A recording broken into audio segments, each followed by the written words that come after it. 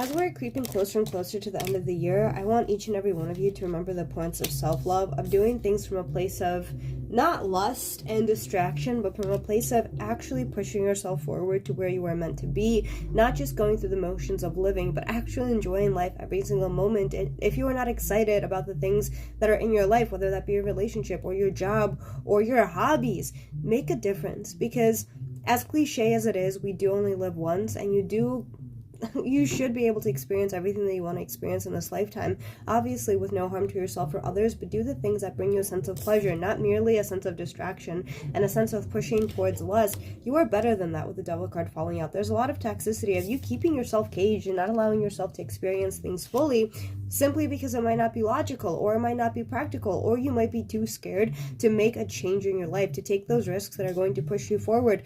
But Page of Wands, what is it that you truly desire? What is it that brings you a sense of spark? And how can you push yourself forward? Because if you don't align with things that bring you a sense of passion, you're not living your life to your fullest potential, because there's so much that you could be doing to make a difference in your life and in the difference in other people's lives if you simply just live your life for you, push yourself forward instead of constantly stopping yourself from achieving your dreams, genuinely your dreams.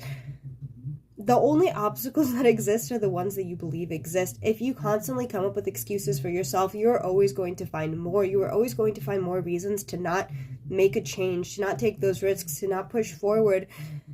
But if you really want to make a difference, do things from a place of self-love. Do things from a place of taking care of yourself, from taking care of your inner child. In many cases, it could even be that it's easier for you to do things for other people than it is for yourself. It's easier for you to tell other people to not align with distractions and with addictions and with a sense of lust, but at the same time, you don't know how to take your own advice, but it's a matter of starting. If it's easier for you, try to look at yourself from a different perspective. Try to look at yourself like you're helping another person instead of merely helping yourself, because that might be easier for you. Ask yourself, what is it that you truly desire? What is it that brings you spark? And what is it that keeps you limited? Because very much your thoughts. You are stuck in your head. You are stuck in your own limitations. I like that I'm getting the same cards in all decks for the past whoever knows how many days, but you are very scared of your own thoughts. You are very cautious in how you want to proceed forward, and I understand where you're coming from.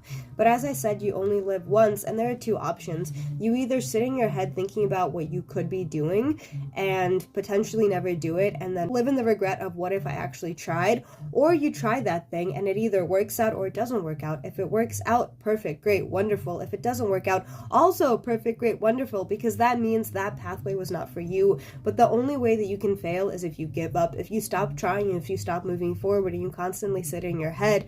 And yes, it's baby steps, and yes, it's difficult for you to get to that point, but the only way that you can fail is if you give up. So if you simply start trying, whatever pathway you take is going to be the right path, because even if it doesn't get you to where you want to be, that is a sign that you at least tried, and that means that you will find more opportunities and more pathways for you to do something that is actually going to get you to where you want to be. Stop living your life in distractions. Stop living your life in lust. Stop living your life in a sense of practicality that is not practical at all, because you're not happy. And if you're not happy, nothing's going to be practical for you, no matter how much you try to persuade yourself as such.